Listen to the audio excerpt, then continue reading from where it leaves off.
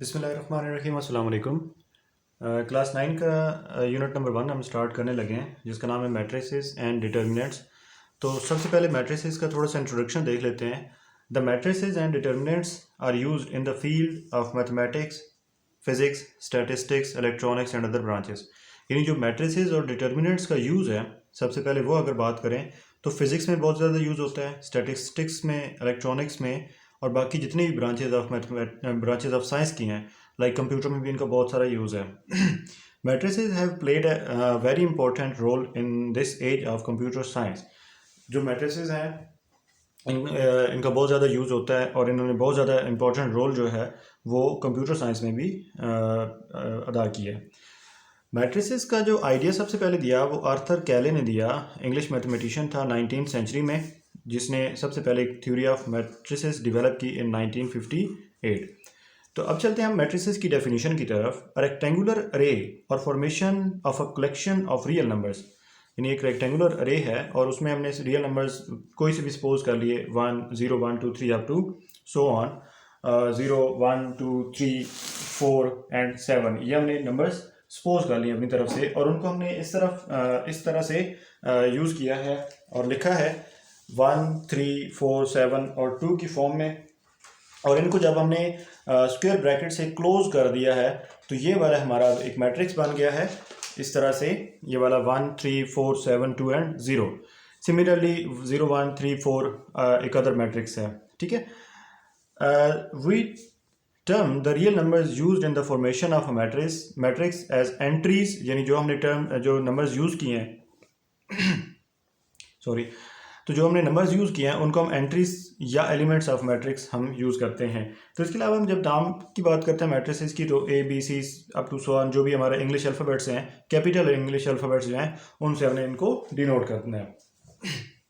Matrices के introduction के बाद हम मैट्रिसेस के जो रोज़ और कॉलम्स हैं, रो हम कतार को कहते हैं, ठीक है, कतार, ठीक है, और जो कॉलम है इसको हम इसी तरह कॉलम उर्दू में भी इस्तेमाल करते हैं।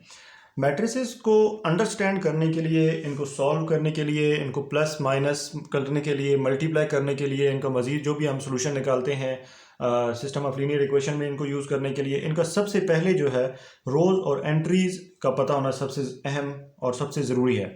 तो रोज़ की जो डेफिनेशन लिखी हुई है, in matrix a the entries presented in horizontal way, ठीक है, जो हॉरिजॉन्टल मेथड में दी हुई है इस तरीके से, ठीक है, तो इनको हम रोज़ कहते हैं, यानी कतारें कहते हैं, ठीक है। कतार बन रही है, ये रो 1 है, ये रो 2 है और ये वाली रो 3 है। तो इस मैट्रिक्स में हमारे पास 3 रोज़ हैं, R1 R2 और R3। इसी तरह अगर हम कॉलम की बात करें, in matrix b all the entries presented in vertical way are called columns of the matrix, यानी जो वर्टिकली हैं, ऊपर से नीचे अगर जो लाइनें हम बात करें तो ये वाली और ये 3 इसमें ऊपर से नीचे लाइंस आ रही हैं तो इनको हम कॉलम कहते हैं। तो इसके बाद हम बात करते हैं ऑर्डर ऑफ मैट्रिक्स की। जब आपको रोज़ और कॉलम्स का पता चल जाएगा तो आप ऑर्डर ऑफ मैट्रिक्स निकाल सकते हैं। तो मैट्रिक्स का जो मर्तबा है इसको हम कहते हैं कॉलम का मर्तबा, ऑर्डर ऑफ अ मैट्रिक्स। तो मैट्रिक्स का जब हम मर्तबा या कॉलम की ऑर्डर की बात करते हैं तो हम इसमें सबसे पहले रोज़ और कॉलम्स की बात करते हैं, यानी इसमें m रोज़ हैं और n कॉलम्स हैं, ठीक है। यानी पहले हम रोज़ को लिखते हैं फिर कॉलम्स। तो इसमें अगर आप देखें तो इसमें फर्स्ट रो सेकंड रो, इसका ऑर्डर बनेगा 2 रोज़ हैं और 1 2 एंड 3 कॉलम्स हैं, तो इसका ऑर्डर बनेगा 2/3।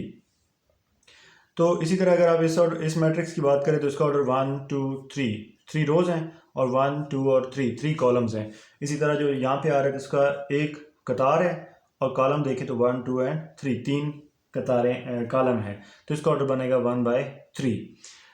ऑर्डर ऑफ मैट्रिक्स के बाद अगर हम बात करें इक्वल मैट्रिसेस की, यानी मसावी कॉलम, तो इसकी डेफिनेशन लिखी हुई है कि अगर आपके पास 2 मैट्रिसेस हैं ए और बी आपस में इक्वल कहलाएंगे सिर्फ और सिर्फ तब जब ऑर्डर ऑफ ए जो है, ए का मर्तबा बराबर होगा ऑर्डर ऑफ बी के। इसी तरह उनके आमने सामने की जो एंट्रीज होंगी वो इक्वल होनी चाहिए। यहाँ पे उसने एग्जांपल दिया हमें 1 3 -4 2, यहाँ पे 1, यहाँ पे -4, यहाँ पे 2 + 1 3, यहाँ पे 4 - 2 2 आ जाएगा। तो ये कॉरस्पॉन्डिंग एंट्रीज जो हमने सामने की एंट्रीज हैं ये भी इक्वल आ रही हैं। इसके बाद हम चलते हैं सीधा हम अपनी एक्सरसाइज 1.1 की तरफ, जो कि जिसमें 3 क्वेश्चंस हैं। फर्स्ट क्वेश्चन में हमें कहा गया जी कि हम ऑर्डर मालूम करें। तो ऑर्डर यहाँ पे देखें, इसका ऑर्डर 1 2, 2 कतारें हैं, 1 और 2, 2 कॉलम है। तो इसका ऑर्डर बनेगा 2/2। ठीक है, इसका भी ऑर्डर 2/2 बनेगा, 1 और 2, 2 कतारें हैं इसमें, तो इसका ऑर्डर भी आपके पास 2/2 आ जाएगा। इसका ऑर्डर आपके पास बनेगा, 1 कतार है और 2 कॉलम है। ठीक है, इसका ऑर्डर बनेगा 1/2। इसका ऑर्डर बनेगा आपके पास 1 2 3, 3 इसमें रोज हैं और 1 कॉलम है, तो 3/1 इसका ऑर्डर आ जाएगा आपके पास। उसके बाद ये वाला जो ई वाला आपके पास मैट्रिक्स आ रहा है, तो इसमें ADBECF, तो इसकी अगर आप रोज़ काउंट करें, 1 2 3, 3 रोज़ हैं, 1 और 2, 2 कॉलम हैं, तो इसका ऑर्डर आपके पास बनेगा 3/2। नेक्स्ट जो है आपके पास एफ का ऑर्डर देखें तो इसमें 1 रो है और 1 ही कॉलम है, तो इसका बनेगा ऑर्डर 1/1।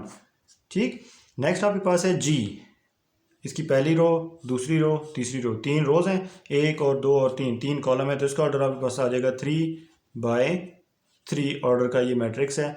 लास्ट वाला आप खुद देख लें कि इसमें देखें 1 2, 2 रोज हैं, 1 2 3, 3 कॉलम्स हैं, इसका ऑर्डर बनेगा 2/3। फर्स्ट क्वेश्चन हमारा हो गया कंप्लीट। सेकंड क्वेश्चन में अगर आप देखें तो इसमें हमें पूछा गया कि which are the following matrices are equal. तो इक्वल मैट्रिक्स की हमने डेफिनेशन ये देखी थी कि उनका ऑर्डर सेम हो और कॉरस्पॉन्डिंग एंट्रीज सेम हो। तो आप देखें कि मैट्रिक्स ए जो है इसका ऑर्डर है 1/1। मैट्रिक्स सी का जो है इसका ऑर्डर भी देखें 5 - 2 बनता है आपके पास 3।